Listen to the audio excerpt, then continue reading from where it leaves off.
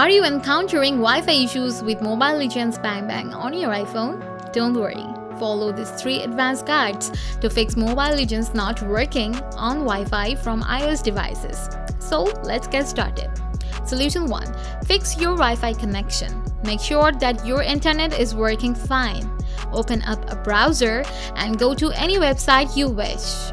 If it's not loading, then turn on the airplane mode for 10 seconds. Then turn it back on. Or you can switch your network Wi-Fi to mobile data or mobile data to Wi-Fi. Solution 2.